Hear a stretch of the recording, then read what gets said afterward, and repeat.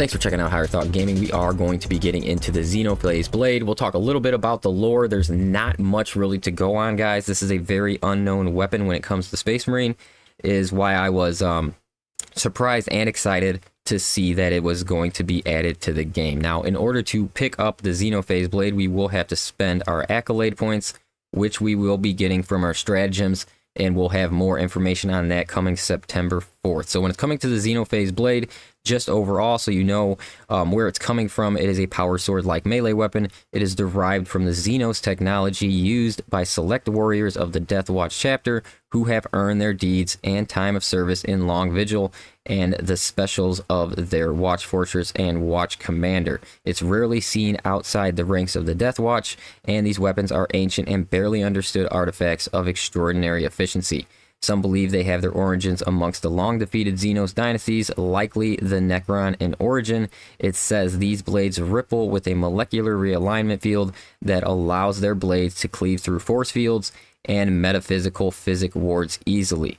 And then speaking of the origin of these weapons, is forbidden within the Death Watch under penalty of execution. So basically, that's why there's not much lore about these weapons.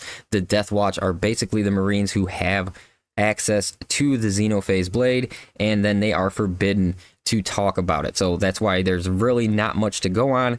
But with this little bit right here is they ripple with molecular realignment field that allows their blades to cleave through force fields and metaphysical physic wards easily. So that should lend us hand to actually having a melee weapon that is going to be more powerful against chaos enemies than it will possibly be against Tyranids, which will be very good. Honestly, a lot of people struggle with chaos enemies, and just it's not even about struggling. They're not that fun to fight when you are a melee class because of all the diving and dodging and things like that you have to do. So if this does allow us to, smash through the chaos enemies a little quicker with our melee classes, especially the bulwark and definitely the assault, this will be a great addition overall. So like I said, we will be spending our accolades to pick up the Xenophase blade, and we will be talking about that more on September 4th in a few days here when the patch actually drops. So there are going to be 3 new weapons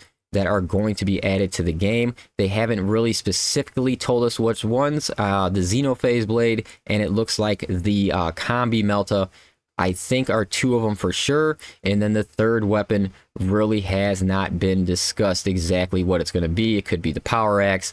It could be the Pyro Cannon. So I am not really sure what that third weapon will be. If anybody has heard anything, please go ahead and drop that in the comments. But I just wanted to make a quick video right here, kind of letting people know what the Xenophase blade is all about. Even though we have very limited knowledge about the weapon itself, I do think it is going to be a very good chaos weapon, and that is really what I'm hoping for when it comes to this version of the power sword right here.